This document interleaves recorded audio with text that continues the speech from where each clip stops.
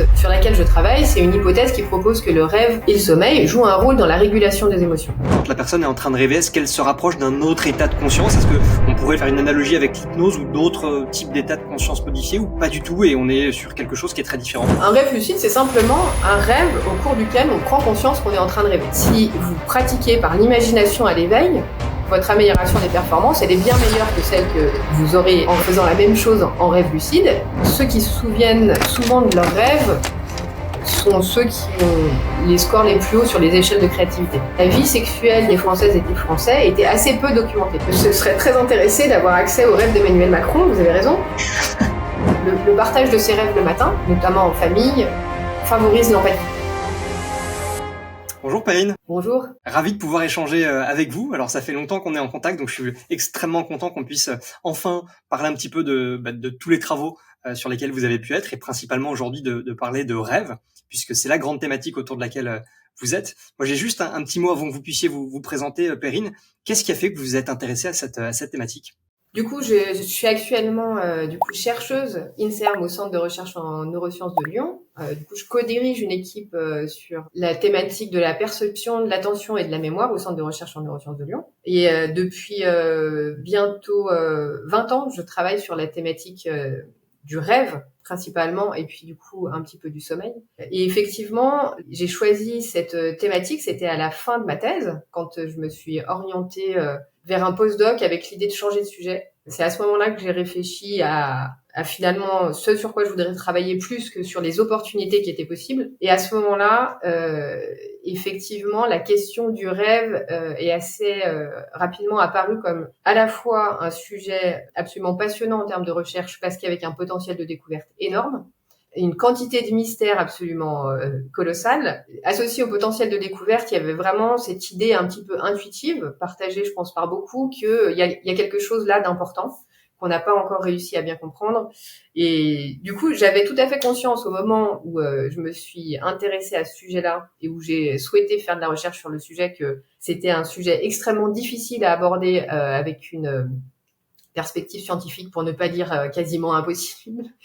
Mais j'ai préféré choisir un sujet impossible intéressant qu'un sujet possible moins intéressant. C'était mon petit côté frontal de l'époque, que j'ai toujours, mais dont je me réjouis, puisque en fait 20 ans après, j'ai obtenu beaucoup plus de résultats que ce à quoi je pouvais m'attendre quand je me suis lancée sur ce sujet.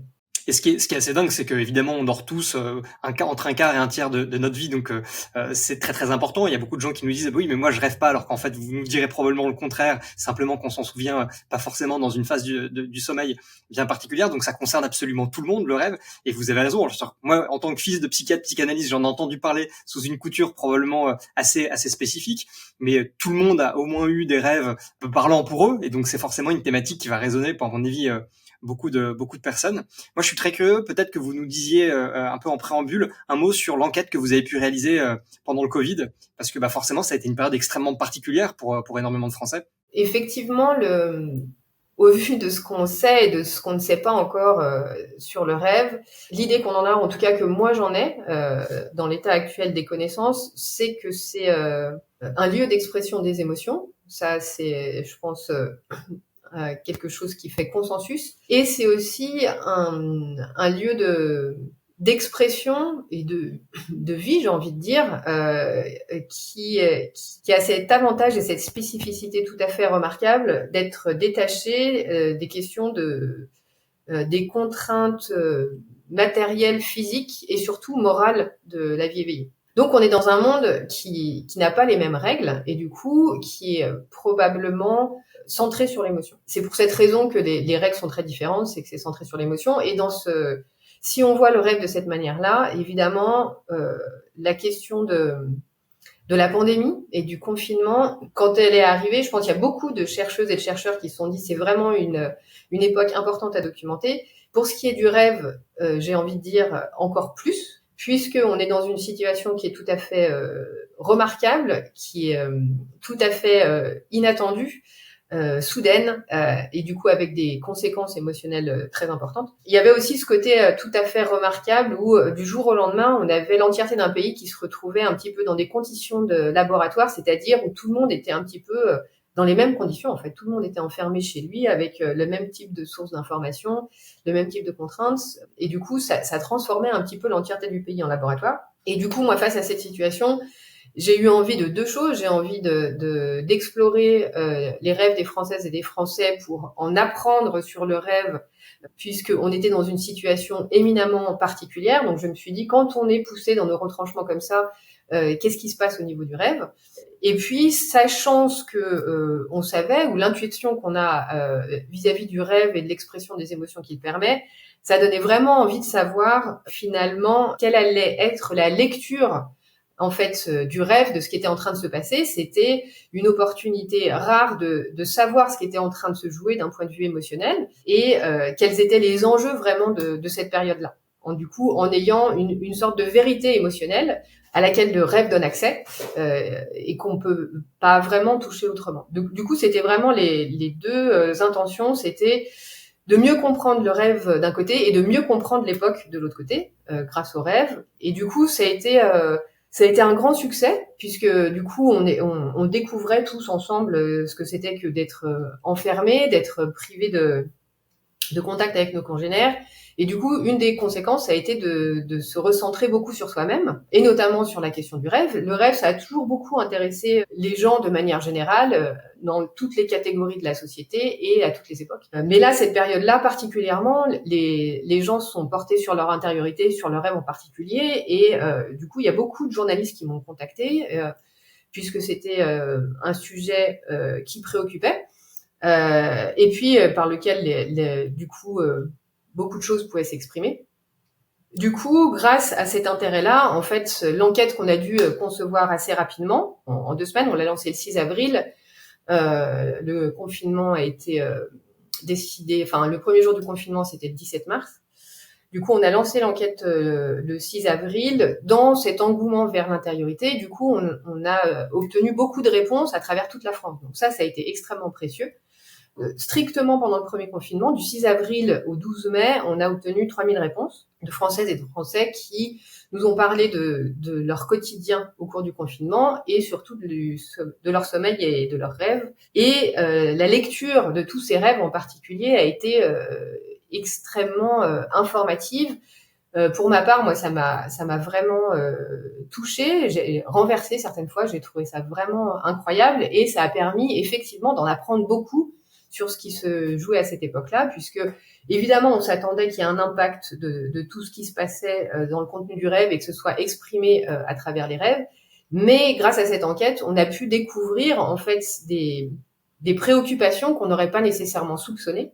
C'est-à-dire que on a pu comprendre ce qui impactait le plus les gens au cours de cette pandémie et qui n'était pas forcément ce à quoi on s'attendait. Alors vous avez dit plein de choses, c'est déjà extrêmement riche dans ce que vous dites, j'ai envie de rebondir sur pas mal d'éléments.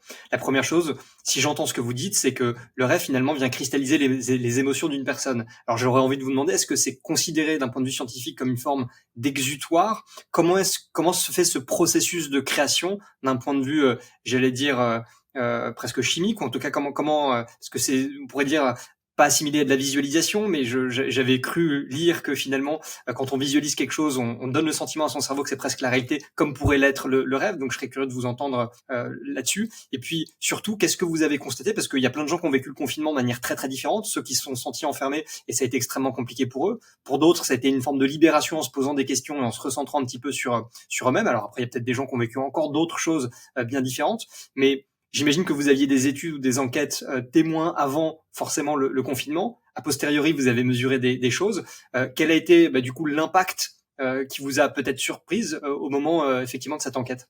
Alors sur le premier point, en fait, ce qui est important d'avoir en tête, on parle souvent pour décrire le rêve et pour parler de rêve, on parle souvent d'imagination.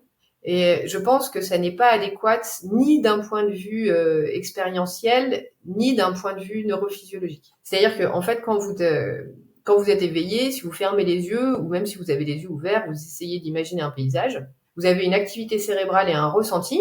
Votre activité cérébrale, c'est une activité qui est différente de celle qui est par exemple voir un champ de coquelicots.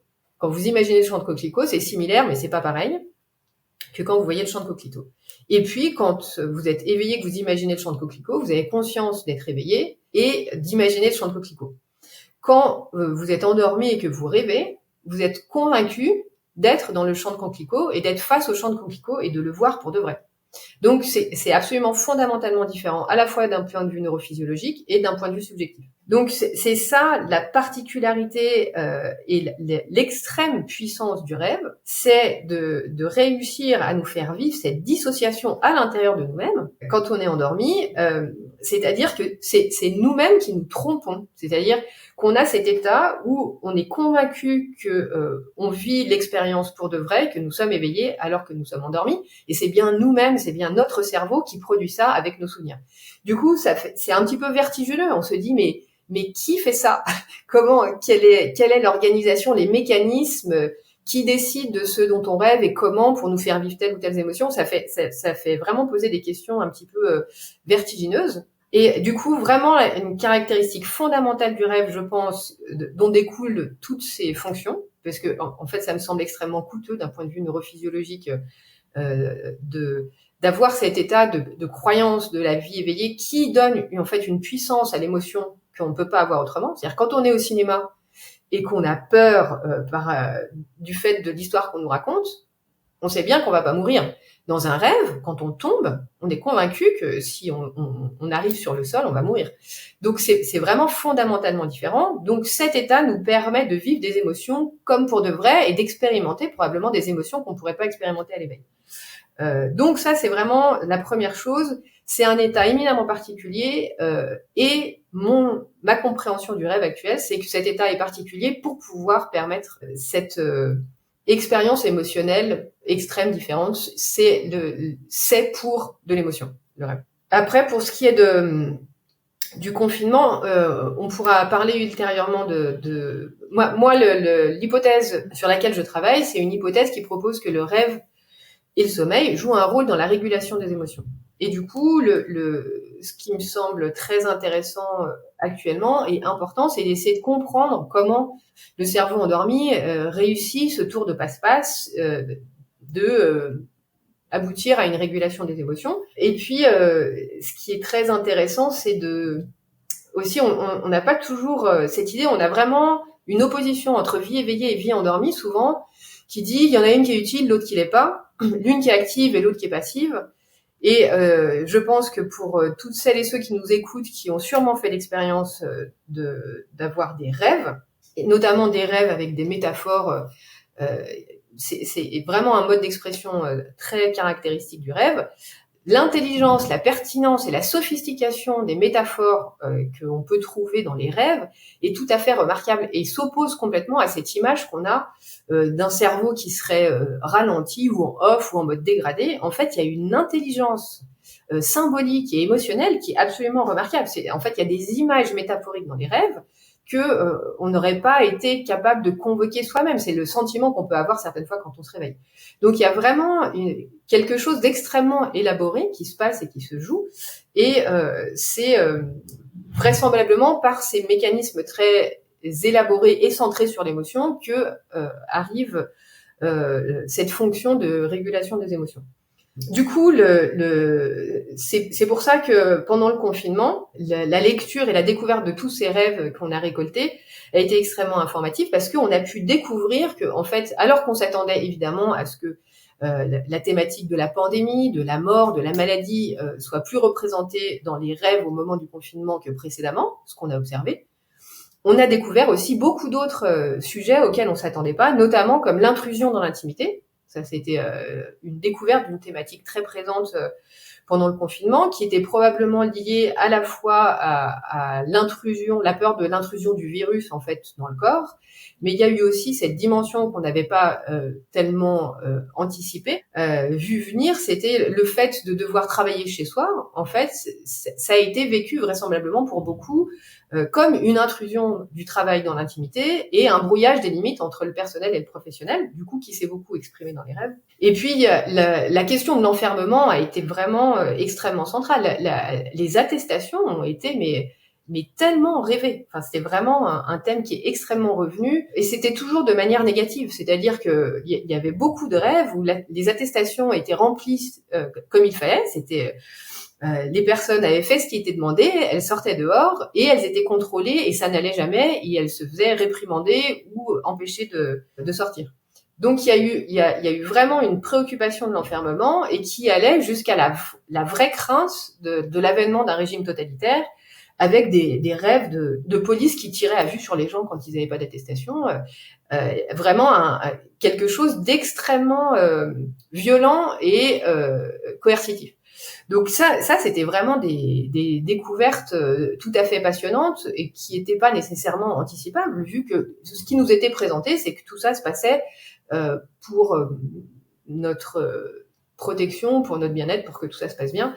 Et la réalité de ce qui a été vécu était bien différent et a été quand même souvent mal vécu. Et vous aviez raison, hein, le confinement a eu des impacts très différents en fonction des personnes, des domaines d'activité, mais dans les rêves qui ont été rapportés, vraiment la question de l'enfermement a été très présente et la crainte du totalitarisme est revenue beaucoup. Donc il y a eu toutes ces thématiques qu'on n'avait pas forcément vu venir et puis surtout un ordre d'importance aussi qu'on n'aurait pas forcément mis comme ça au premier abord. Un autre thème qui était extrêmement présent, c'est au-delà de la mort du virus, de la maladie, en fait, c'était l'incertitude face à l'avenir. Ça, c'était extrêmement présent et extrêmement intense aussi comme thématique dans les rêves qui est revenu. Donc ça c'est vraiment une enquête. C'est ce que j'espérais et ce que j'ai vraiment obtenu en lisant ces rêves, ça a vraiment donné une autre vision, une autre lecture, une forme d'accès à la vérité de ce qui avait été ressenti et puis de ce qui avait vraiment préoccupé les gens à ce moment-là. Alors j'ai envie de rebondir sur 2 ou 3 choses par rapport à ce que vous dites, parce que là aussi il y a plein de choses passionnantes.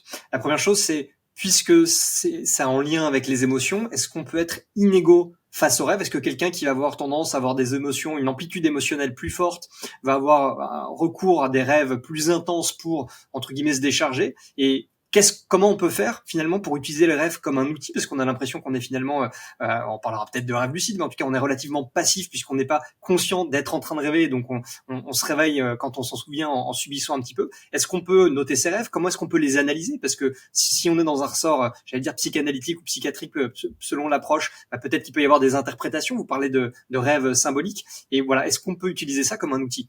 Mais je pense qu'on n'en est pas encore là. Je pense qu'on en est actuellement à essayer de comprendre les mécanismes impliqués pour aboutir à cette régulation qui se passe vraisemblablement chaque jour de manière itérative quand on dort et quand on rêve.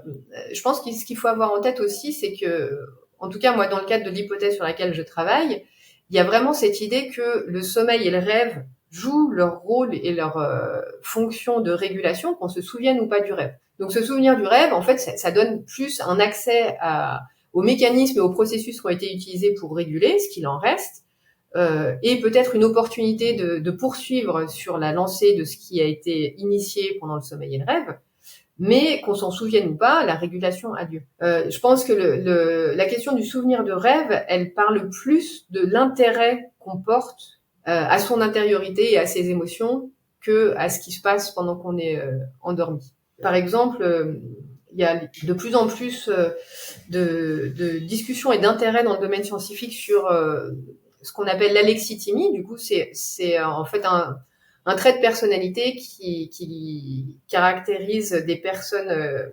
En fait, quand on est très alexithymique, on a du mal à reconnaître ses émotions, à les exprimer verbalement. Et il y a de plus en plus de recherches sur ce sujet, puisque ça a été montré que, en fait, à long terme, c'est délétère de pas exprimer ses émotions et que ça va jusqu'à provoquer des maladies physiologiques.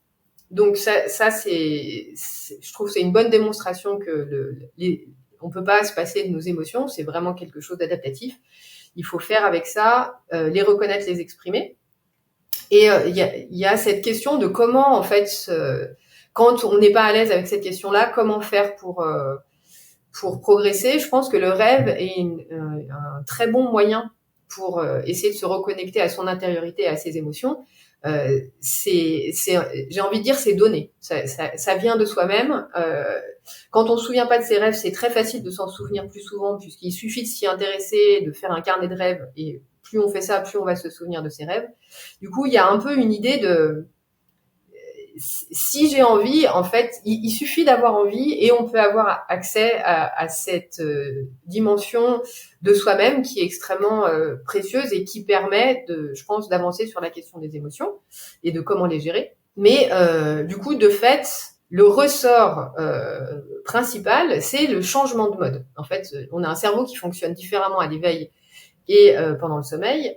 Et je pense que l'idée de vouloir contrôler, quand vous parliez d'outils, je suis pas persuadée que ce soit la bonne manière de l'envisager. C'est-à-dire que je pense que ce qui est important et ce qui est intéressant, ou un des mécanismes, c'est justement cette perte de contrôle, ce sentiment d'être passif, en fait, cette dissociation qui s'opère pendant le sommeil et le rêve, ça permet de nous faire vivre, pour de vrai, une autre perspective. En fait, ce que fait souvent le rêve, les métaphores du rêve, les bizarreries du rêve, par exemple, c'est changer les rôles. Vous souffrez d'une situation interpersonnelle où il y a des interactions où vous vous sentez agressé par quelqu'un, par exemple. Le rêve, très volontiers, il va inverser les rôles. Et c'est vous qui allez être l'agresseur dans le rêve. Et ça va vous faire ressentir la perspective de cette situation différemment. Ça va vous faire voir les choses autrement. Le rêve aussi change de contexte, où en fait, il représente votre émotion de manière symbolique. Donc, à la fois, il l'exprime et à la fois, il la représente différemment. Et tout ça, en fait, c'est des choses qui... on sait pas qui fait ça. C'est une espèce d'intelligence, un fonctionnement cérébral différent, mais c'est dans ce contexte où on est passif, entre guillemets, c'est-à-dire où, en fait, on reçoit cette nouvelle perspective et on peut la recevoir, en fait, j'ai envie de dire, la vivre comme dans la vie éveillée. Pas justement de manière contrôlée, pas en essayant volontairement de changer quelque chose. Apparemment, la clé, ce qui est important, c'est de ressentir. C'est ça que fait le rêve. En fait, il fait ressentir quelque chose de très fort et qui est différent, un petit peu similaire, mais un peu différent de la vie éveillée. Et c'est vraisemblablement ça qui participe à pouvoir évoluer sur notre ressenti émotionnel et faire changer notre perspective et les émotions associées à un souvenir. Donc, moi, j'ai envie de dire que beaucoup plus que faire des rêves lucides, ce que je ne saurais que trop recommander, ce que font beaucoup de collègues, c'est de surtout protéger son sommeil et de surtout tout faire pour bien dormir. Et se souvenir, pas se souvenir de ses rêves, je pense, c'est pas très important.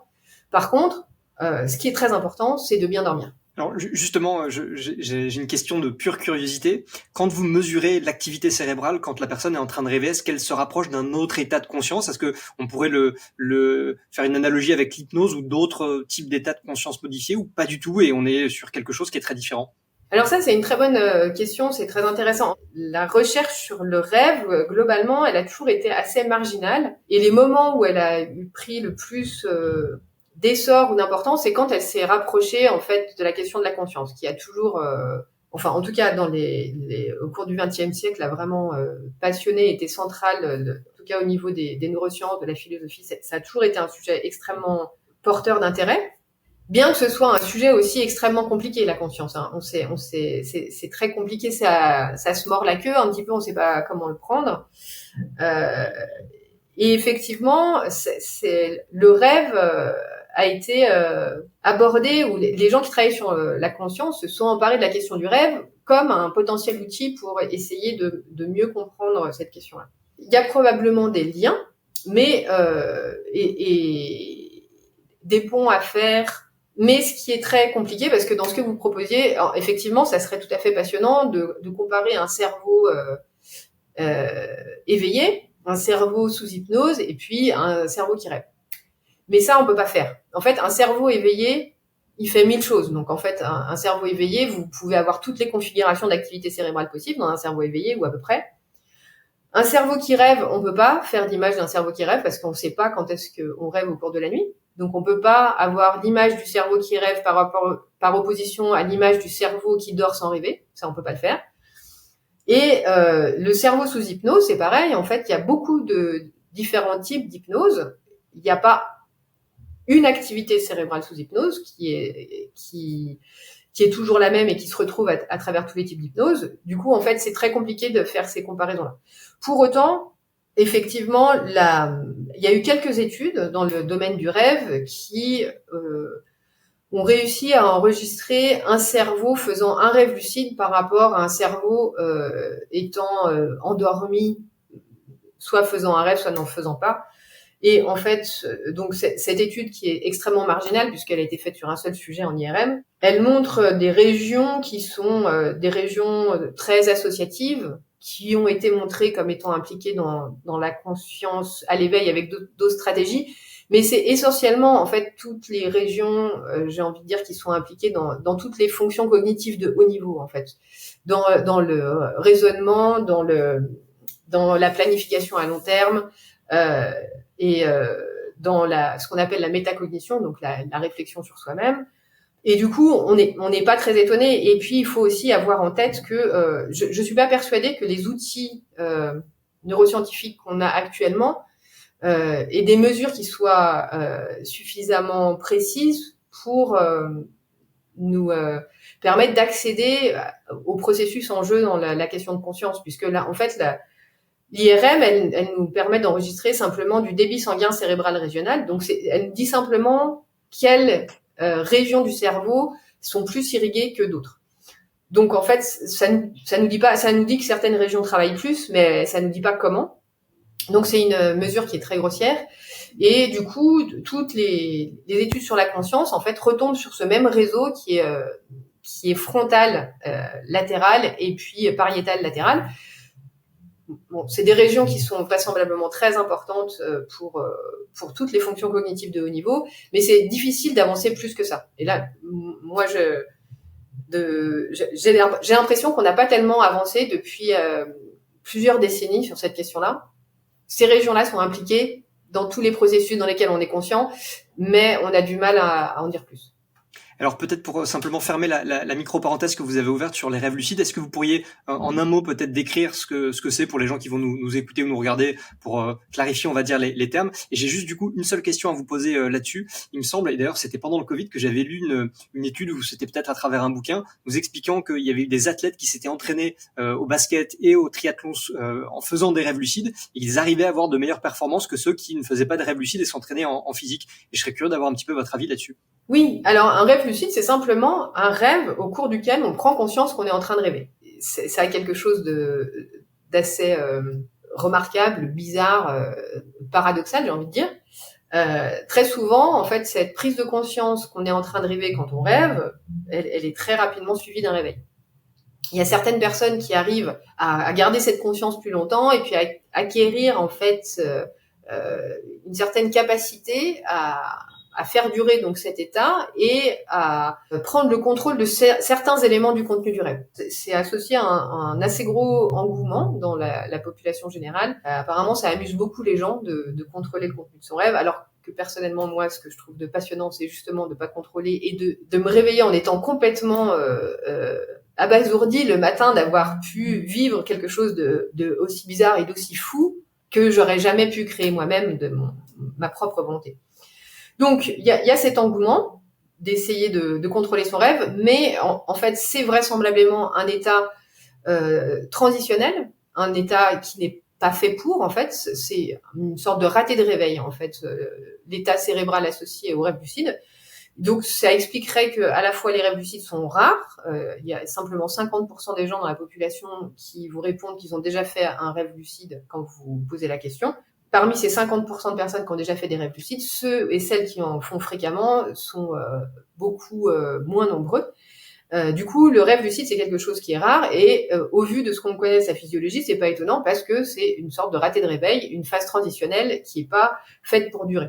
Donc, de ce point de vue-là, en fait, ça semble assez difficile d'encourager le rêve lucide, puisque finalement, c'est encourager une phase transitionnelle qui n'est pas physiologique. La question de s'entraîner à en faire plus, du coup, ça encourage à déstructurer et à diminuer le temps de sommeil encore plus. Donc, ça, c'est sur les mécanismes du rêve lucide. que ça en amuse certains, très bien. Moi, j'ai écrit un article, puisque comme il y avait beaucoup d'engouement sur cette question-là, j'ai trouvé important de décrire les arguments qui expliquaient que ça me semble pas une bonne idée, en fait, d'altérer son sommeil pour un motif qui est principalement ludique, et que par ailleurs, en fait, si on veut l'utiliser à des fins soit de régulation émotionnelle, soit d'amélioration des performances, c'est vraisemblablement pas la bonne stratégie. Donc, pour la régulation émotionnelle, je pense que c'est justement de pas contrôler qui est utile. Et pour l'amélioration des performances, en fait, quand vous pratiquez en rêve lucide, vous avez peut-être une amélioration des performances. Mais en fait, si vous pratiquez par l'imagination à l'éveil, votre amélioration des performances, elle est bien meilleure que celle que vous aurez en faisant la même chose en rêve lucide. Et vous aurez en plus le bénéfice de garder un bon sommeil. Et c'est du Donc, coup ce que vous appelez la visualisation, en fait. Pardon ? C'est ce qui correspond à la visualisation pour les sportifs. Oui, la visualisation, je pense pas que ce soit le bon terme. C'est vraiment de l'imagerie. En fait, ce que les sportifs le pratiquent tous, c'est-à-dire qu'ils font à la fois l'entraînement effectif, du coup ils pratiquent leur sport, et puis ils ont aussi des phases dans lesquelles ils répètent l'exercice mentalement. Mais quand je dis mentalement, c'est pas simplement de la visualisation, c'est ils mettent toutes leurs, ils refont dans leur tête en perspective en première personne avec toutes leurs sensations corporelles. Ils font dans leur tête comme pour de vrai. Okay. Et ça a des résultats tout à fait remarquables en termes d'amélioration des performances. Et donc ça, vous le contrôlez, vous le faites à l'éveil, vous pouvez aller dormir. Et d'ailleurs, ce que vous pratiquez par mentalement, c'est consolidé par le sommeil. Donc en fait, c'est vraiment la pratique idéale. C'est-à-dire que du coup, par exemple, si vous êtes blessé ou si vous voulez vous économiser physiquement, vous pratiquez mentalement, votre pratique mentale, elle va être consolidée par votre sommeil et vous aurez des meilleures performances le lendemain. Du coup, il n'y a pas du tout besoin de pratiquer en rêve lucide. Super, merci pour la parenthèse. Je suis curieux de revenir sur un sujet qu'on a évoqué tout à l'heure en disant que c'était pas nécessaire de se souvenir de tous nos rêves, de toute façon le travail est fait. Si pour autant, mettons qu'une personne ait vécu des traumas et qu'elle ait des rêves répétitifs, est-ce que là, pour le coup, vous disiez le fait de s'en souvenir ou de les noter peut avoir un jeu, on va dire un rapprochement avec notre intériorité ou mieux comprendre nos émotions. Là, est-ce que ça peut avoir un intérêt et pourquoi est-ce que psychiatres, psychanalystes peuvent s'intéresser à comprendre et travailler la symbolique des rêves? Alors là, je pense qu'il faut dissocier à la fois, il faut dissocier le côté, j'ai envie de dire plus classique et le côté plus pathologique. En fait, c'est un continuum, hein, bien sûr, mais quand on est dans un cadre de stress post-traumatique, par exemple, je pense que là, on est dans un cadre qui est clairement pathologique et qui est pour moi un bon exemple de l'importance du sommeil et du rêve dans la régulation des émotions, puisque dans le cas du stress post-traumatique, le sommeil est altéré et les rêves sont altérés dans le sens où en fait on a une répétition d'expériences traumatiques avec très peu de transformation. Très souvent en fait le cauchemar répète l'expérience traumatique sans transformation et cet état symptomatique est associé avec un défaut de régulation émotionnelle. Donc tout se passe comme si, en fait, quand le rêve se passe pas normalement, la régulation émotionnelle se passe pas normalement, puisque en fait, chez une personne en bonne santé, en fait, c'est exceptionnel d'avoir une expérience qui est répétée strictement telle qu'elle s'est passée dans un rêve. En fait, ce que fait le rêve, c'est qu'il morcelle des souvenirs, il les transforme, il les présente autrement. C'est extrêmement rare d'avoir vraiment une répétition strictement telle qu'elle s'est passée à l'éveil, et c'est ce que on observe dans le cadre du stress post-traumatique. Donc là, on a affaire à un système qui a été altéré. Donc ça, il y a des stratégies qui fonctionnent très bien pour améliorer la régulation émotionnelle, le sommeil et les rêves dans le cadre du stress post-traumatique, notamment la thérapie par répétition d'images mentales. On ne sait pas très bien comment ça marche, mais quand vous avez des rêves et des cauchemars qui sont très distressants, j'allais dire en traduction littérale de l'anglais, qui causent de beaucoup de détresse, qui sont très désagréables. En fait, vous pouvez vous rappeler votre rêve au réveil, le transformer, du coup, en faire une histoire qui soit sympathique et positive, et répéter cette histoire au cours de la journée. Ça comme impact, dans la très grande majorité des cas, de faire disparaître ou diminuer la fréquence des cauchemars. Alors, on ne sait pas bien comment ça marche, mais se répéter cette nouvelle histoire positive, ça fonctionne pour faire baisser la fréquence des cauchemars. Donc ça, c'est quand même très intéressant à savoir. Et dans un cas, du coup, on est dans un continuum plus proche de la non-pathologie. Du coup, quand on se souvient de ses rêves et qu'on est dans des situations émotionnelles un petit peu intenses, c'est assez typique. Je pense que tous les personnes qui écouteront ce podcast et qui font des rêves pourront en référer à leur expérience personnelle. Quand on va passer un examen, quand on s'apprête à vivre quelque chose de stressant, quand on s'apprête à accoucher, quand on est enceinte, on rêve de toutes ces choses-là.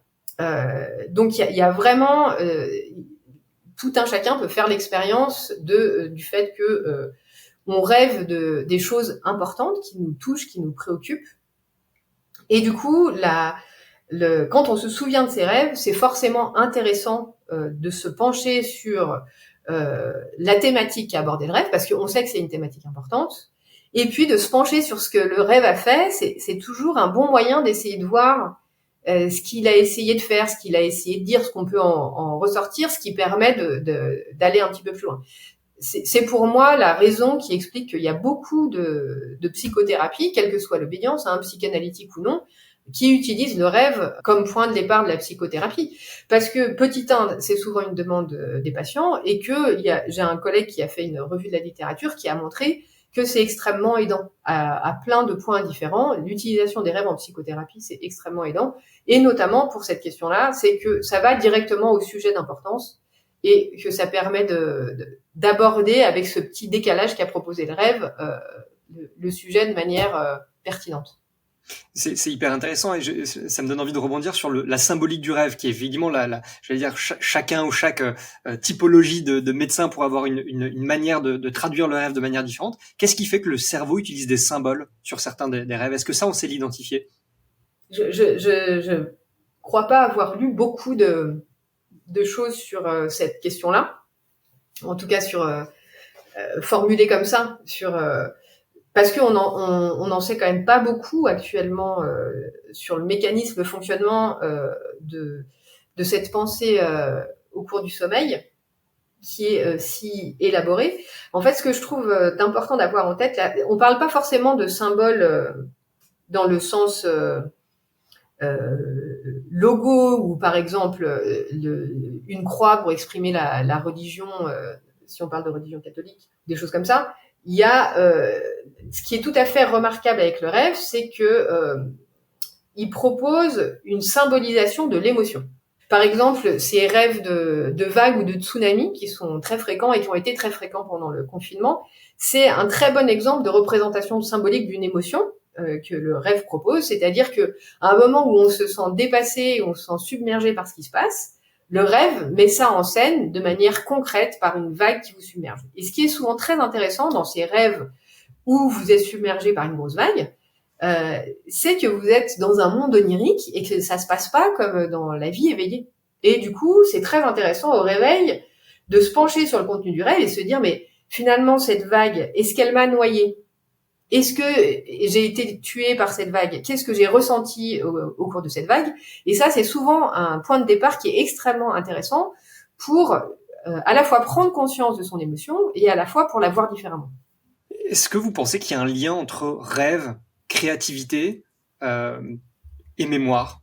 Alors, il y a un lien très clair entre rêve et créativité, c'est-à-dire que ça a été beaucoup montré, beaucoup reproduit.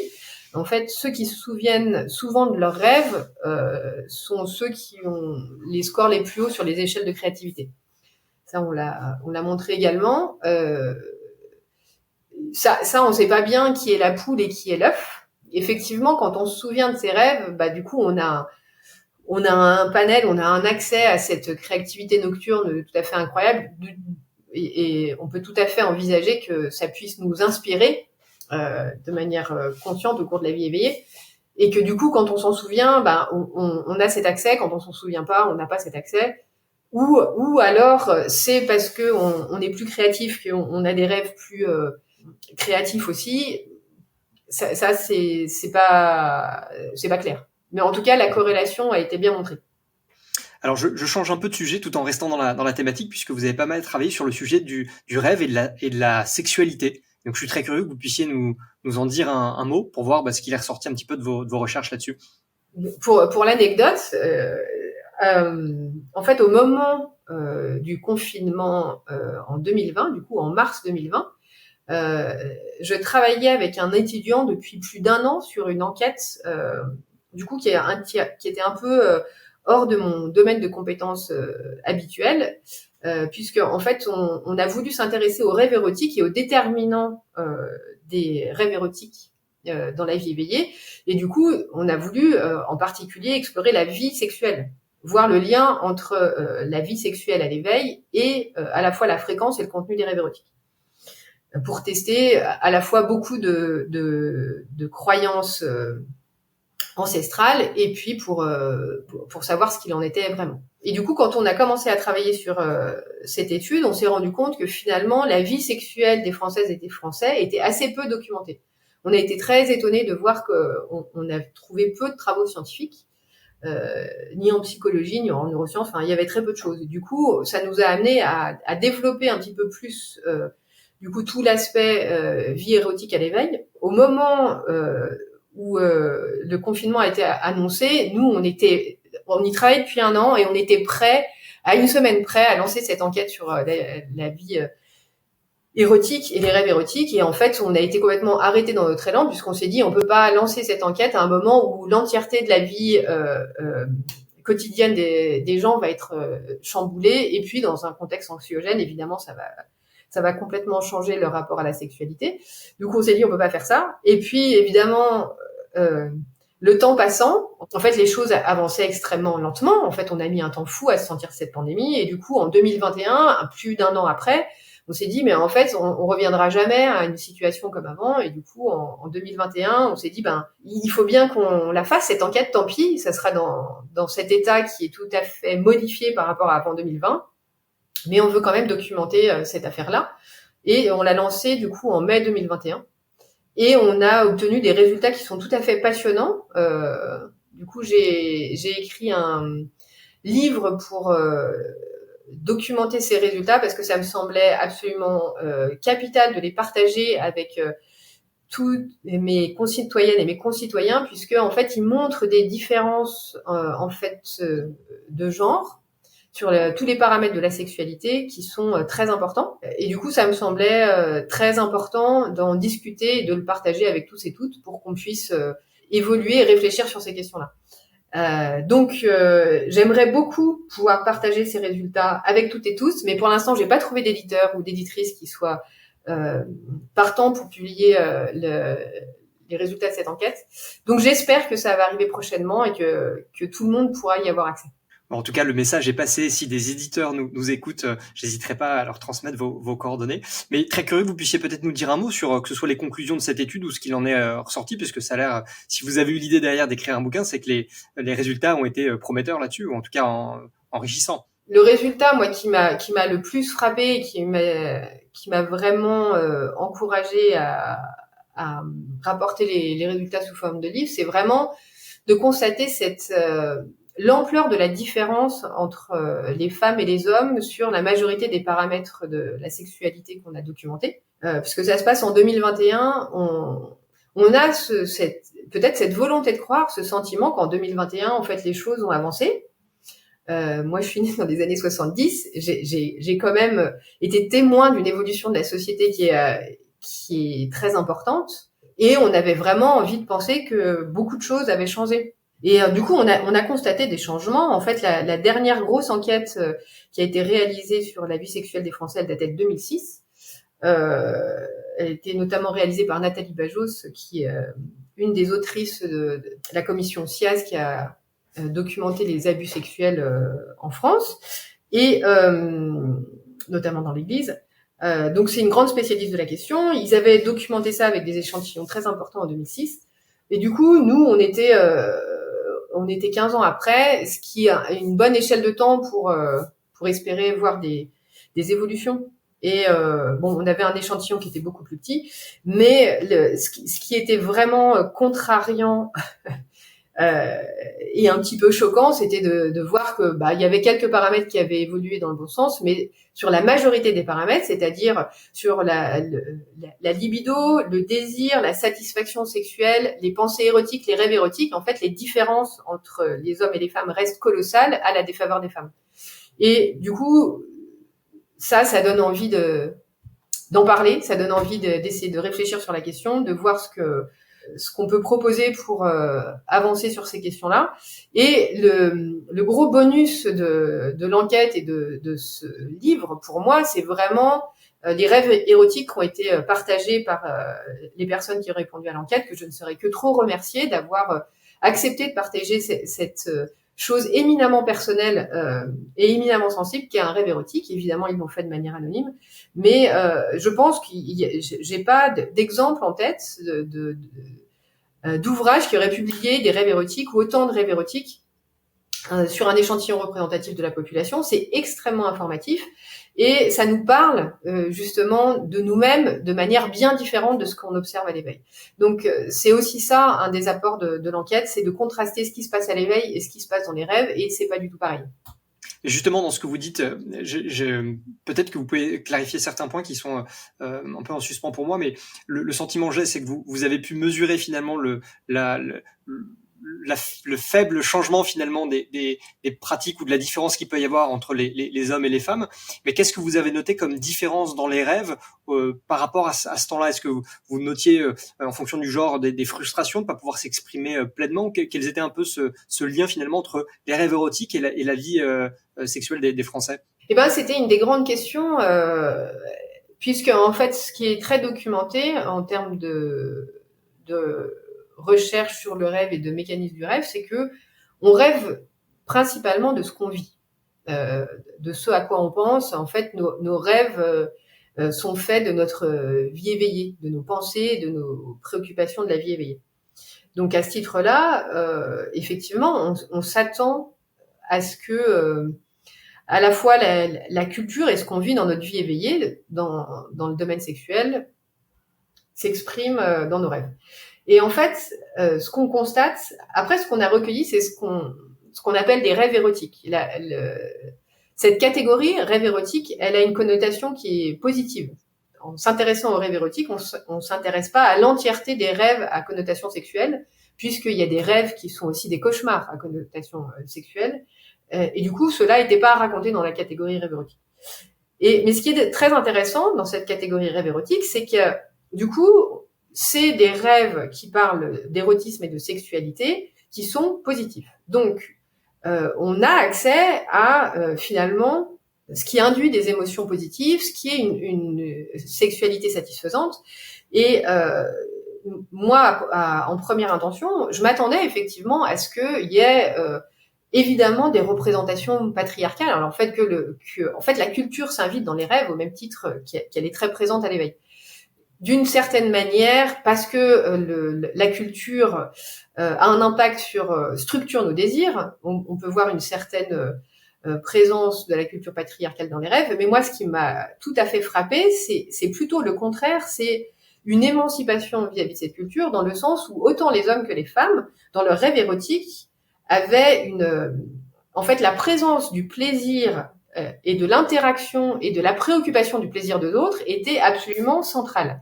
Donc pour moi, ce que nous disaient les rêves érotiques, c'était le contraire de ce que nous disait la vie éveillée, et ça montrait finalement une espèce de préservation, une sauvegarde, et ça semblait un petit peu un terrain, un petit village fortifié qui résistait à l'envahisseur, et où en fait, dans un rêve érotique, on accédait à une vraie expression et partage de plaisir, comme peut-être on y arrivera dans la vie éveillée, mais où on n'y arrive pas encore, en tout cas du côté des femmes. Et est-ce que alors c'est purement de l'interprétation, je ne sais pas jusqu'où vous êtes allé dans l'interprétation ou les conclusions de ces informations-là, mais est-ce que vous sentez que ce soit les réseaux sociaux, aujourd'hui la manière dont est disponible la pornographie aujourd'hui a un impact encore sur ce schéma un peu patriarcal, ou comment vous identifiez ce shift-là, ou en tout cas le fait qu'il y a un tel décalage encore aujourd'hui? Je me suis intéressée à cette question de la sexualité parce que en fait, c'est une question qui est absolument centrale de la vie des humains. Je pense que c'est difficile de le dire autrement. Et elle n'est pas centrale forcément de la manière, pour les raisons auxquelles on penserait en première intention. C'est pas tant une histoire de reproduction, c'est que vraisemblablement on est une espèce pour laquelle la sexualité a une importance parce que la sexualité a un impact bien au-delà de la reproduction et notamment en termes de lien social qu'on a complètement masqué jusqu'à présent, qui est très visible chez nos très proches cousins les bonobos. Et je pense qu'on a une culture qui nous a détournés de cette manière d'aborder la sexualité qui au détriment du bien-être de toutes et tous. Donc la sexualité, c'est quelque chose de central et pour bien vivre de manière égalitaire, il faut que ça se passe bien et mieux et de manière égalitaire. La pornographie, c'est très clairement à la fois un moyen et une conséquence du système patriarcal. Et la diffusion absolument massive avec l'apparition d'Internet de pornographie du coup patriarcale qui est disponible, accessible et puis ineffaçable en fait. N'importe qui a accès gratuitement à des contenus érotiques patriarcaux. En fait, ça donne l'impression que c'est vraiment une arme, j'ai envie de dire, de destruction massive en fait de cette possibilité d'égalité. Ça montre combien, en fait, c'est au cœur du système de reproduction du patriarcat. Et à partir du moment où c'est répandu comme ça donne l'impression que ça va être très difficile d'en revenir. Mais par contre, ce qui est certain, c'est que c'est au cœur de l'affaire. C'est-à-dire que si on n'arrive pas à libérer la sexualité de ce rapport de domination, je pense qu'on pourra pas avancer.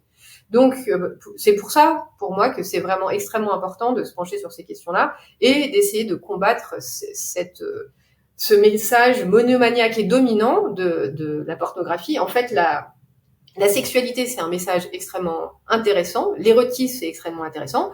Et en fait, actuellement, on a accès à un seul type de sexualité, c'est la pornographie. Et on n'a pas accès à des érotismes qui sont égalitaires, qui proposent d'autres contenus et surtout qui sont centrés sur le plaisir.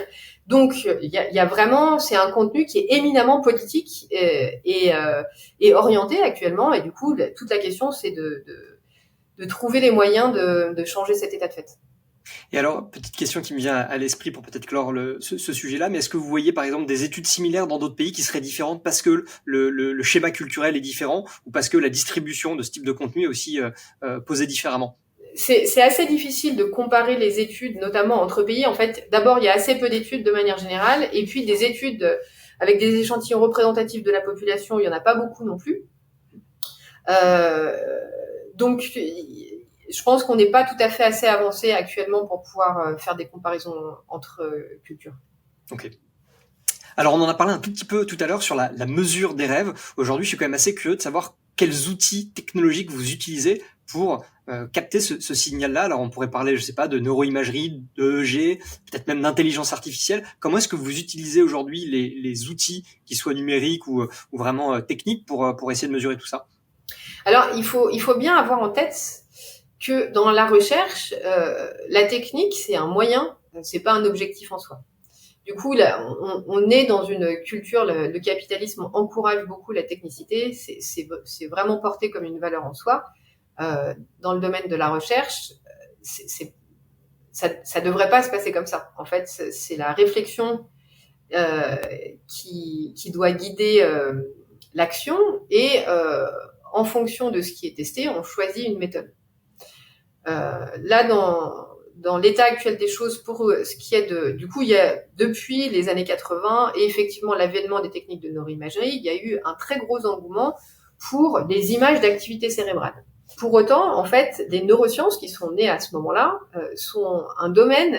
Les neurosciences, c'est un domaine qui est né indépendamment de toute réflexion sur le domaine lui-même. En fait, c'est un domaine qui est né du fait de l'apparition de ces techniques.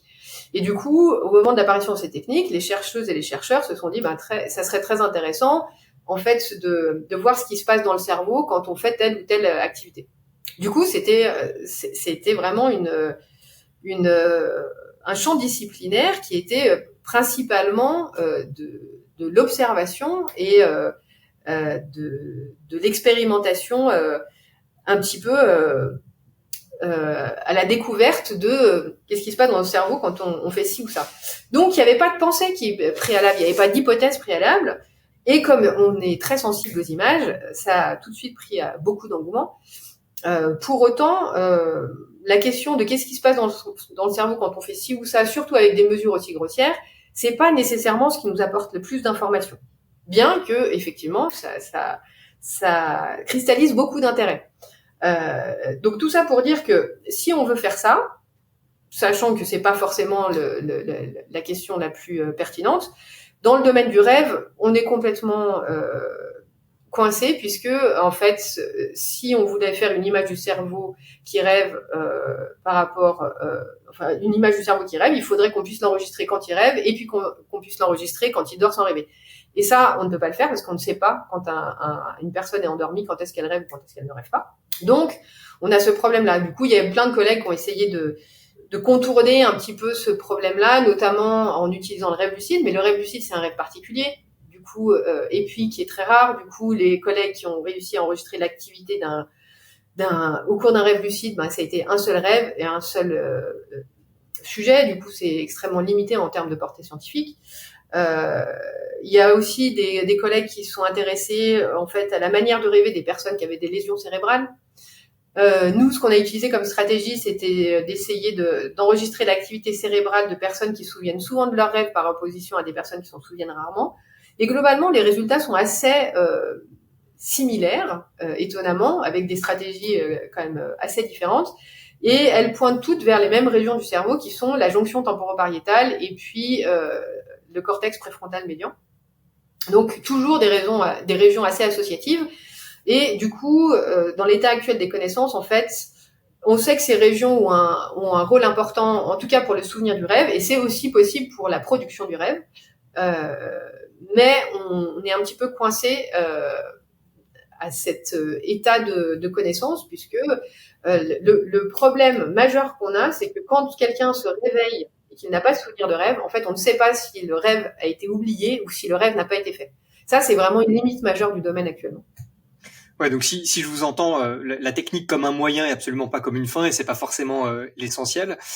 Et donc ça veut dire que le fantasme qui dirait qu'on pourrait se plugger dans 5-10 ans dans une machine qui viendrait automatiquement rendre compte de notre rêve, on y est encore très loin.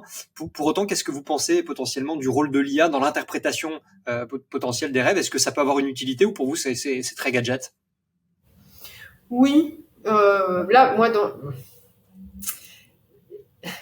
je vois pas du tout l'intelligence artificielle ni comme de l'intelligence, ni comme quelque chose, comme une technique d'avenir. En fait, c'est quelque chose qui consomme énormément d'énergie, qui a énormément de limites. Moi, je vois l'intelligence artificielle comme un outil supplémentaire, comme Internet, qui aide à faire des tâches automatiques, pas des tâches intelligentes. Pour tout ce qui est intelligent, en fait, il faut repasser derrière, et très souvent, ça demande plus de travail de repasser derrière que de l'avoir fait soi-même directement. Donc, moi, l'intérêt que je vois à l'intelligence artificielle actuellement dans la recherche sur le rêve, c'est une éventuelle possibilité d'analyser de manière un peu plus élaborée que ce qui a été fait jusqu'à présent, de manière automatique, des grandes séries de contenus de rêve. Puisque l'analyse du contenu de rêve, c'est vraiment là que je pense que résident en fait les secrets des mécanismes et des fonctions du rêve. Et pour essayer d'avancer d'un point de vue scientifique, il faut pouvoir analyser des grandes séries, trouver des invariants, quelque chose qui fasse sens sur un très grand nombre de personnes. Et du coup, quand on fait de l'analyse de contenu, en fait, en général, on le fait faire par plusieurs humains, du coup, qui ont des perspectives et des scorages subjectifs différents. Et ça demande énormément de temps. Et on est variable au cours du temps parce qu'on est des humains. Donc ça a beaucoup de limites. Et du coup, l'intelligence artificielle, qui a aussi des limites, elle a l'avantage, a priori, d'avoir des limites qui sont tout le temps pareilles au cours du temps et qui sont reproductibles.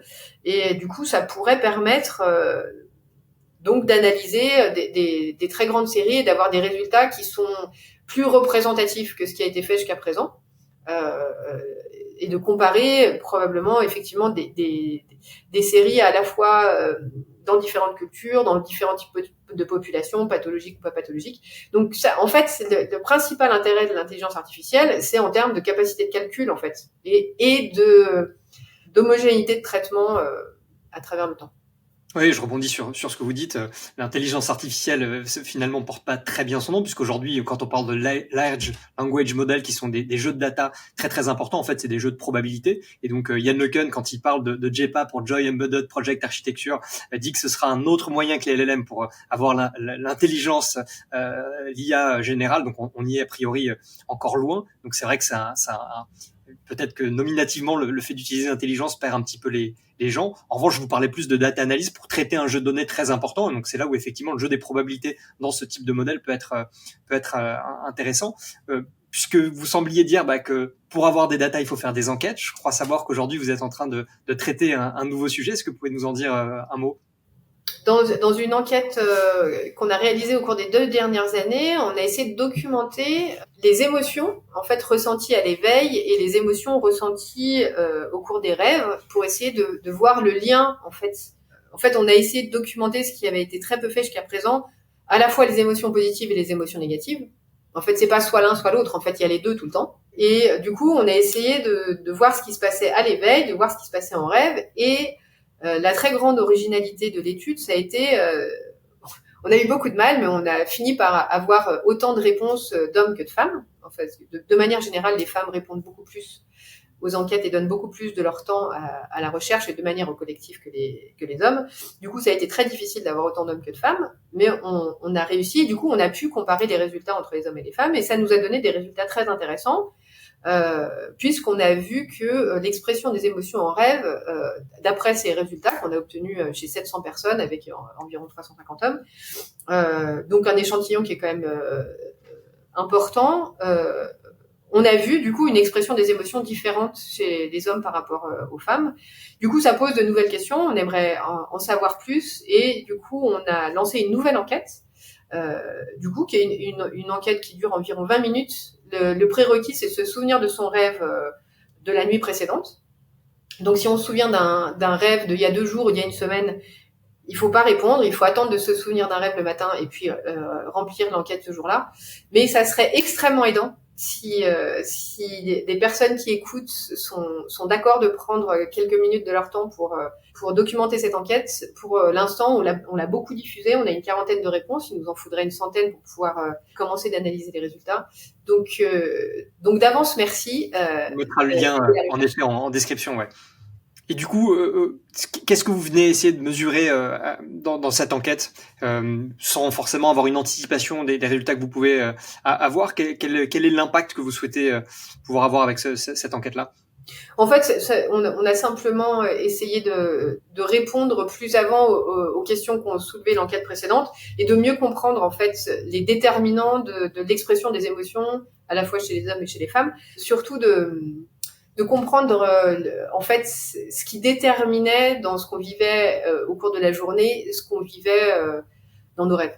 Effectivement, je vais pas détailler plus les paramètres qu'on a voulu tester pour pas influencer les personnes qui voudraient répondre, mais c'est vraiment l'étape d'après, ce qui nous permettrait vraiment d'avancer sur ce résultat tout à fait étonnant qui laisse entendre que effectivement l'expression émotionnelle est différente au cours des rêves entre les hommes et les femmes, alors qu'on ne l'a pas observé à l'éveil. J'anticipe une interprétation possible, mais est-ce que ça pourrait conduire au fait de mieux comprendre comment une personne différente de soi peut fonctionner en ayant un peu des clés de compréhension de ses émotions en lien potentiellement avec ses rêves pour qu'eux-mêmes puissent mieux se comprendre et qu'on puisse mieux comprendre des personnes un petit peu différentes? Non, mais complètement. On est au cœur des questions. En fait, la régulation émotionnelle, c'est au cœur de la question de l'introspection, de se comprendre soi-même émotionnellement. Et si on se comprend soi-même émotionnellement, ça nous donne plus de facilité à comprendre les autres d'un point de vue émotionnel également. Donc pour moi, c'est une clé en termes d'interaction sociale et de mieux vivre ensemble. Ça me semble certain. Ouais. Alors, on parle pas mal d'émotions, et je pense à raison. L'état émotionnel est j'allais dire presque un tourbillon quand on est enfant. Je sais pas si vous avez déjà analysé le rêve des enfants et quel est l'impact un petit peu de cette période-là, mettons des jeunes années, Est-ce que les rêves sont différents? Voilà, quel est un peu votre point de vue là-dessus? C'est très intéressant, les rêves des enfants. Ils sont assez similaires à ceux des adultes. Ils ont quelque chose de encore plus limpide. En fait, il y a vraiment une expression extrêmement littérale et forte. Du coup, autant chez les enfants que chez les adultes, on voit vraiment la dimension de la réalisation du désir. Dans l'enquête qu'on a réalisée au cours du premier confinement, en fait, ce qui est ressorti des différents rêves qui ont été rapportés, c'est que 3 mécanismes seraient déployés au cours du sommeil et du rêve pour arriver à réguler nos émotions. Il y aurait petit 1, l'expression, c'est-à-dire une forme de catharsis, donc exprimer l'émotion pour l'évacuer, pour s'en débarrasser.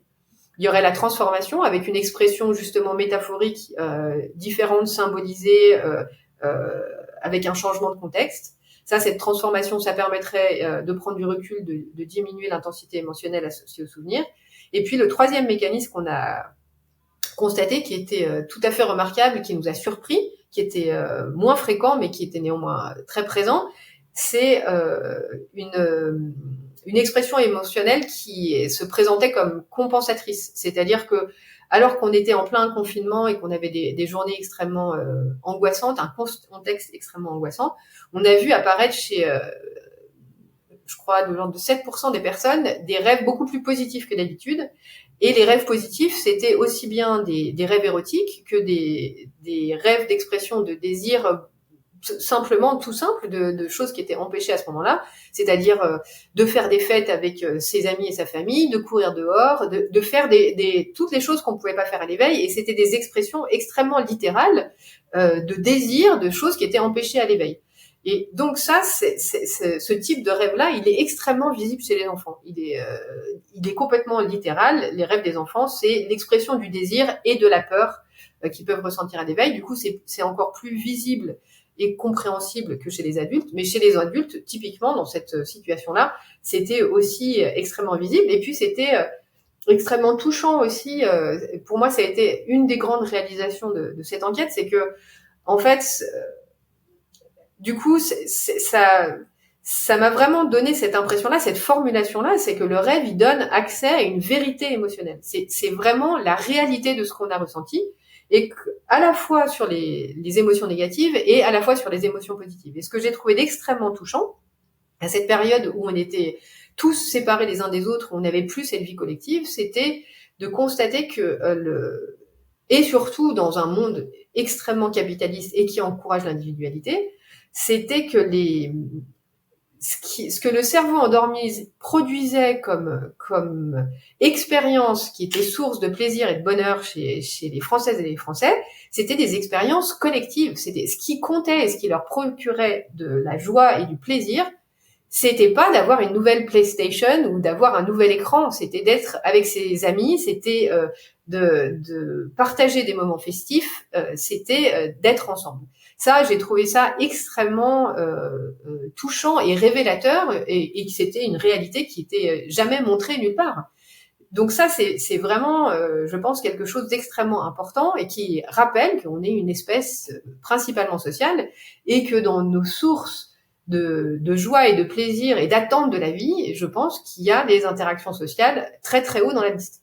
Alors ça me fait penser à quelque chose, et je sors probablement un petit peu du contexte de notre discussion, mais j'avais lu, alors je sais plus si c'était une étude ou un article, autour de gens qui avaient partagé un rêve commun après la prise de DMT. Alors je vais pas expliciter, c'est évidemment une drogue, c'est évidemment interdit, mais ils avaient partagé le fait de vivre un rêve en commun, en débriefant de ce rêve, en rêvant chacun dans une pièce séparée. Qu'est-ce que ça vous inspire? Parce que on est peut-être aux confins des définitions de la conscience, voilà, il y a plein de choses derrière ça, mais je rebondis là-dessus parce que vous parliez d'intérêt pour les gens de vivre des expériences collectives.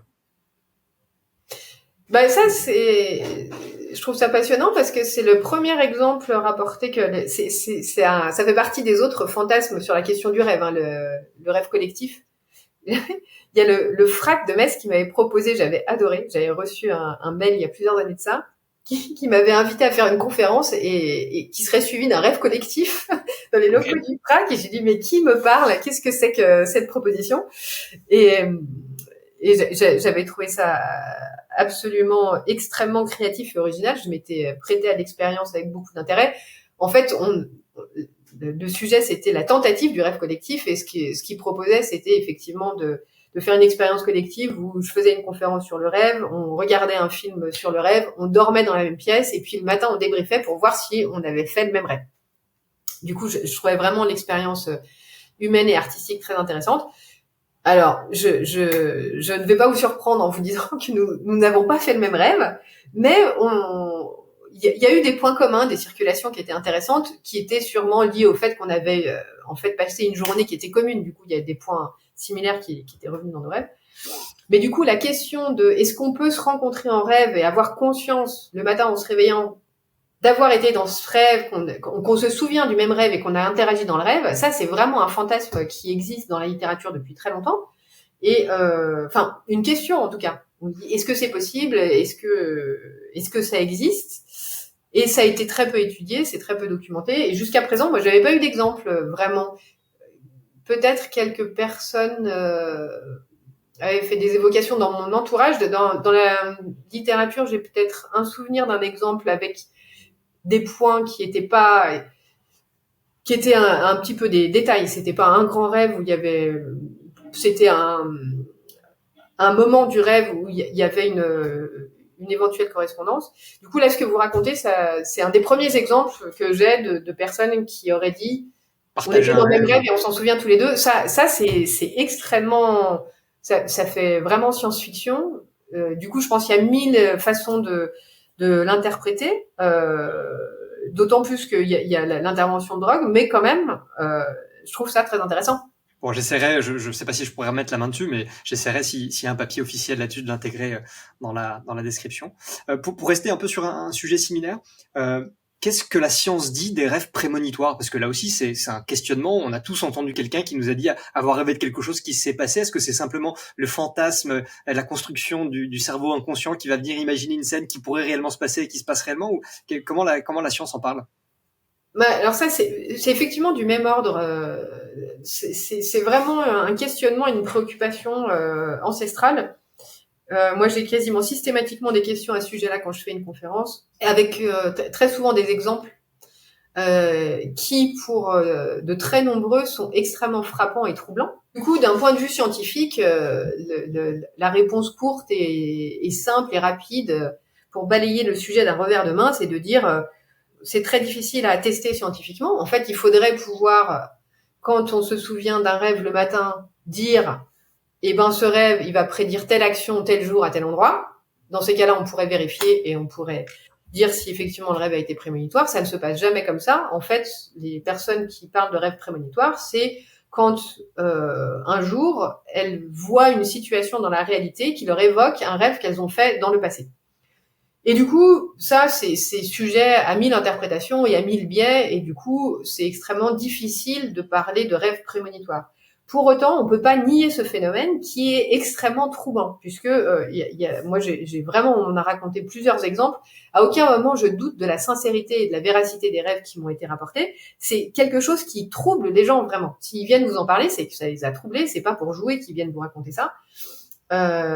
Et du coup, ma compréhension du phénomène, c'est plutôt cette lecture, du coup, libérée des contraintes et des normes sociales, et puis surtout un accès émotionnel privilégié au cours du rêve, du coup, qui retraite les informations de manière différente et qui arrive à mettre en lumière des choses, du coup, au cours du rêve et dans la conscience du sommeil et du rêve, des choses que le cerveau éveillé ne voyait pas en fait.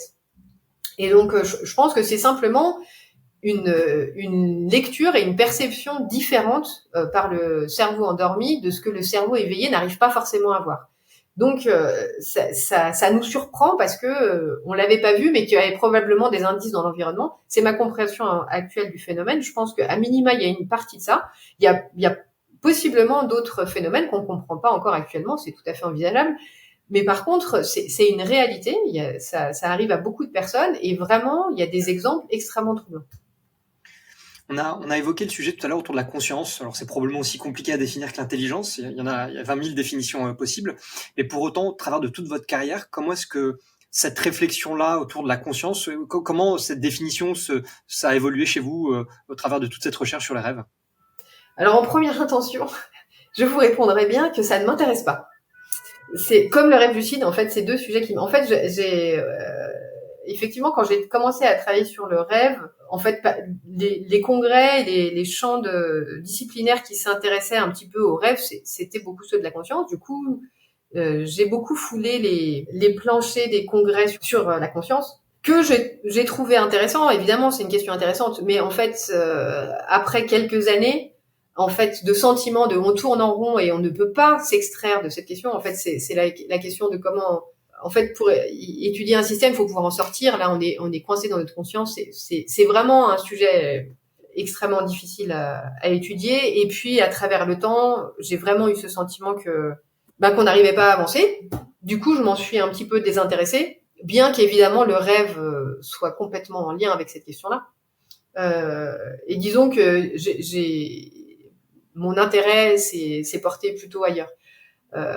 Après, effectivement, là où ça revient un petit peu taper à la porte, c'est cette histoire de dissociation je ne sais pas s'il faut appeler ça de conscience, mais en tout cas de soi, de self. Cette façon qu'on a quand on est endormi, de perdre la conscience de notre soi éveillé pour être en fait dans une expérience complètement isolée à ce que nous propose le rêve, du coup, sans qu'on ait plus accès à toute notre histoire de vie, qu'on ait accès que à ce que nous propose le rêve, donc d'être complètement isolé dans cet environnement expérientiel, sensoriel, émotionnel. Donc, à l'intérieur de nous-mêmes et coupé de nous-mêmes en même temps, c'est complètement fascinant. Ça donne vraiment envie de comprendre comment ça marche. Et ça interroge très probablement la question de la conscience. Oui. Et ça, comment est-ce qu'on peut travailler en termes scientifiques autour de cette recherche-là pour comprendre comment se fait cette forme de dissociation ou dissonance Alors ça, c'est une excellente question. Là, je dois vous avouer que j'en suis à peine à la formulation de la question et que j'ai aucune idée de comment on pourrait l'adresser. Ouais. Mais par contre, c'est une excellente question à adresser par le futur. J'espère bien que moi ou d'autres vont trouver des moyens de l'adresser. Vous avez parlé à plusieurs reprises tout à l'heure de biais. Alors j'aimerais bien revenir sur ce terme. Comment est-ce qu'on fait quand on est a fortiori scientifique et qu'on a forcément une couleur sur des opinions, tout un tas forcément de choses qu'on a en tête pour se protéger au maximum des biais et rester avec la plus grosse neutralité possible quand on traite un sujet? Alors ça, c'est très intéressant. Merci pour cette question-là parce que je la trouve très similaire et très en lien avec cette question qui est beaucoup plus sur le devant de la scène pour le journalisme. Il y a cette question, ce mythe, j'ai envie de dire, de l'objectivité journalistique, qui est très demandé, qui est très discuté, et il y a cet idéal, on voudrait qu'on nous transmette de l'information objective. C'est de plus en plus discuté et revient de plus en plus sur le terrain de ces discussions qu'en fait l'objectivité ça n'existe pas. En fait, les humains ne sont pas objectifs, on n'est pas capable de ça, et que du coup c'est bien un problème dans des domaines où on attend ça, d'essayer de faire croire et de vendre de l'objectivité qui n'est pas possible. Et du coup on avance bien plus sur la question du journalisme, je pense, à rendre visible la perspective depuis laquelle on parle, que ce soit plus lisible et compréhensible, et j'ai envie de dire plus fair-play.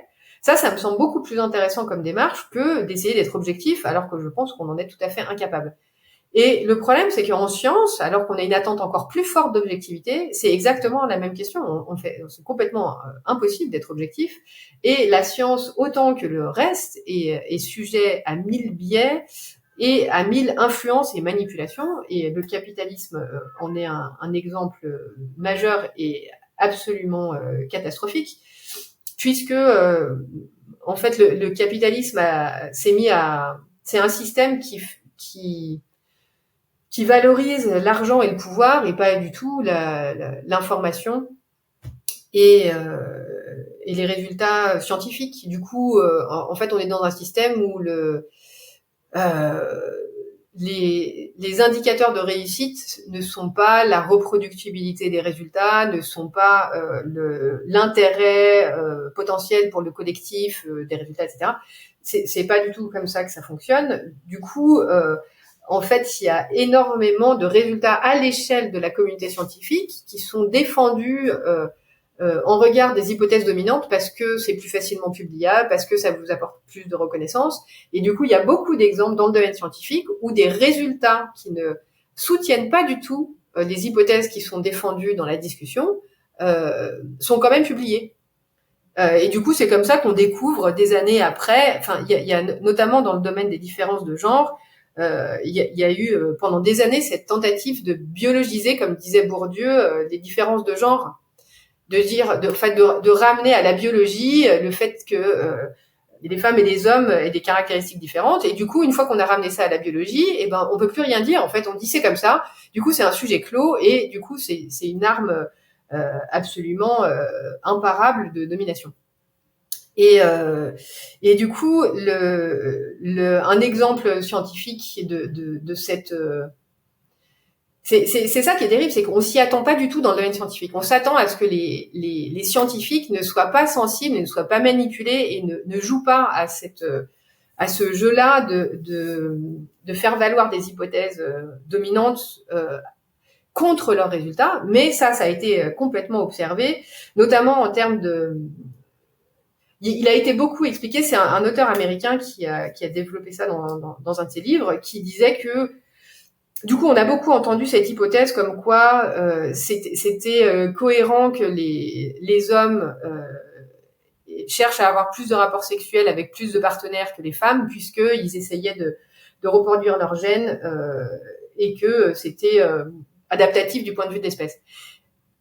Du coup, ça a été défendu comme une caractéristique biologique et un bénéfice de l'espèce. Et en fait, quand on regarde la biologie, on se rend compte que c'est le contraire, en fait, qui est favorable, c'est que les femmes, les femelles aient des rapports sexuels avec beaucoup d'hommes, puisque dans ce cas-là, en fait, il avait été nié jusqu'à présent la compatibilité entre l'ovule et les spermatozoïdes.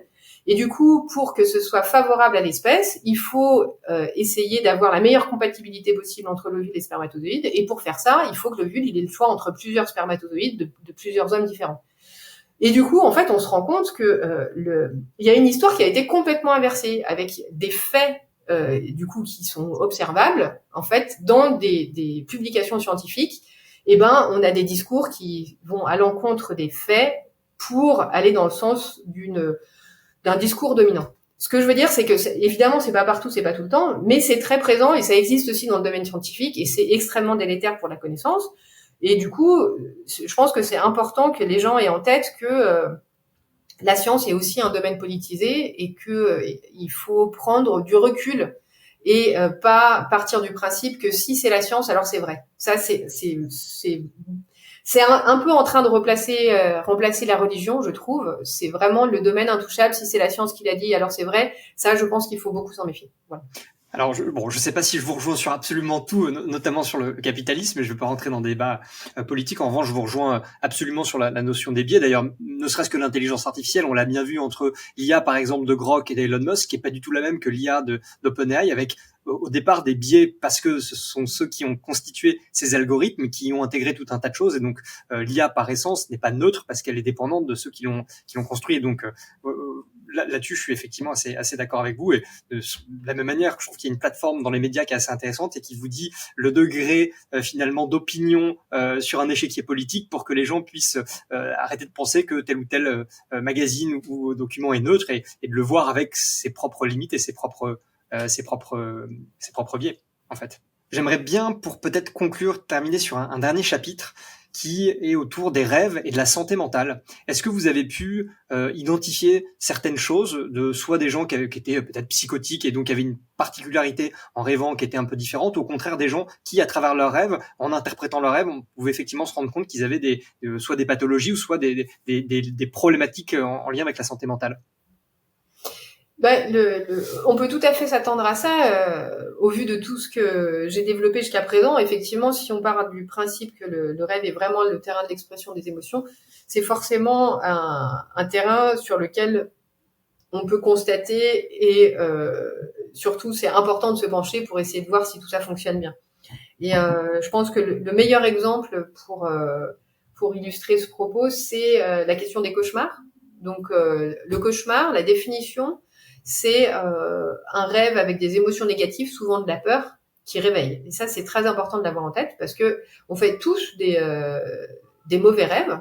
Un mauvais rêve, c'est pas un cauchemar. Un mauvais rêve, c'est un rêve qu'on fait, dont on se souvient le matin ou plus tard dans la journée, et qui est un rêve dans lequel il s'est passé des choses pas forcément agréables, qui peut avoir du coup une coloration négative variable. Mais par contre, c'est pas un rêve qui vous a réveillé. C'est vraiment la caractéristique du cauchemar, c'est un rêve avec des émotions négatives très fortes, très intenses, au point que ça vous réveille.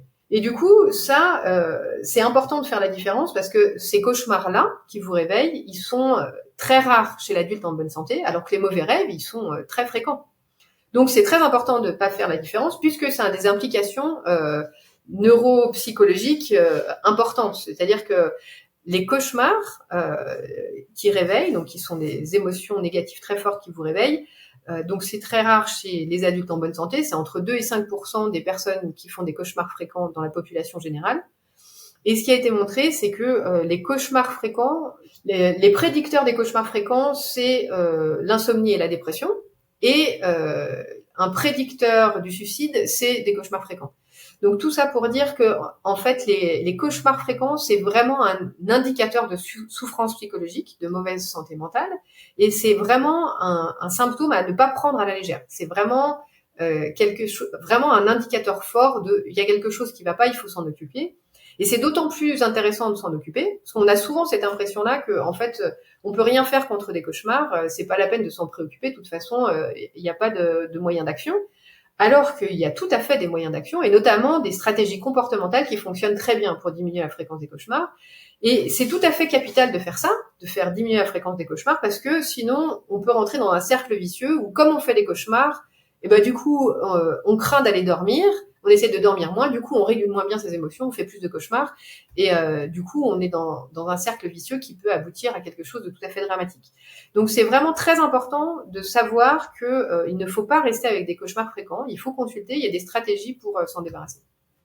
Et si je tire un peu le trait de crayon et qu'on parle des profils, alors je sais pas, vous parlez des sociopathes, est-ce que eux ont une manière de rêver qui serait un petit peu différente, ou est-ce qu'il y a une traduction littérale dans le rêve qui peut être un peu différente, ou alors pour le coup on n'a pas du tout d'études là-dessus ou de données pour s'en rendre compte? Mais oui, je serais très intéressée d'avoir accès au rêve d'Emmanuel Macron, vous avez raison. Non, je pense que bien sûr, il y a des spécificités dans les rêves notamment, je pense qu'on s'entendra sur le fait que sociopathe, ça fait un petit peu référence à des personnes qui ont justement qui sont un petit peu coupées de leurs émotions, ou qui ont un manque d'empathie tout à fait remarquable, qui induit la possibilité de blesser ou de tuer autrui sans que ça ait de conséquences pour soi-même, en tout cas au premier abord. On s'attend tout à fait à ce qu'il y ait des caractéristiques spécifiques des rêves chez ces personnes-là. J'ai pas en tête d'études qui auraient documenté ça, mais je pense que ça serait vraiment très intéressant. Et à l'inverse, puisque vous en parliez un petit peu au début en disant que plus on note ses rêves, plus on va être en lien avec son intériorité, ou en tout cas une meilleure compréhension de ses émotions, est-ce que ça peut venir développer une forme d'empathie ou une sensibilité plus grande? Oui, alors intuitivement, on se dit oui, forcément. Parce que ça développe une sensibilité à ses émotions, à son intériorité, et du coup, je pense à la prise de perspective. C'est ce qu'on se dit spontanément. Et il y a un collègue qui a fait une étude qui a montré ça, en fait, qui a montré que effectivement le partage de ses rêves le matin, notamment en famille, favorise l'empathie. Ça avait été. Et du coup, c'est assez élégant effectivement comme étude. Je pense que c'est effectivement, c'est vraiment, c'est très relié cette histoire de ressenti émotionnel, de régulation des émotions, d'empathie et de prise de perspective, c'est vraiment très lié et très central dans notre capacité à bien vivre ensemble. Donc là, vous recommanderiez pas de partir à la conquête des rêves lucides parce que c'est plutôt quelque chose qui va venir détériorer, on va dire, la qualité de sommeil, qui est la chose la plus prégnante. Vous pourriez recommander aux gens que ça peut intéresser de noter leurs rêves et d'être un peu plus au contact en fait de leur intériorité à travers ça. Oui, je leur recommanderais peut-être même pas nécessairement de les noter, mais peut-être plus de se pencher un petit peu dessus. En fait, parce que si on se met à noter ses rêves régulièrement, on s'en souvient de plus en plus et ça peut devenir encombrant.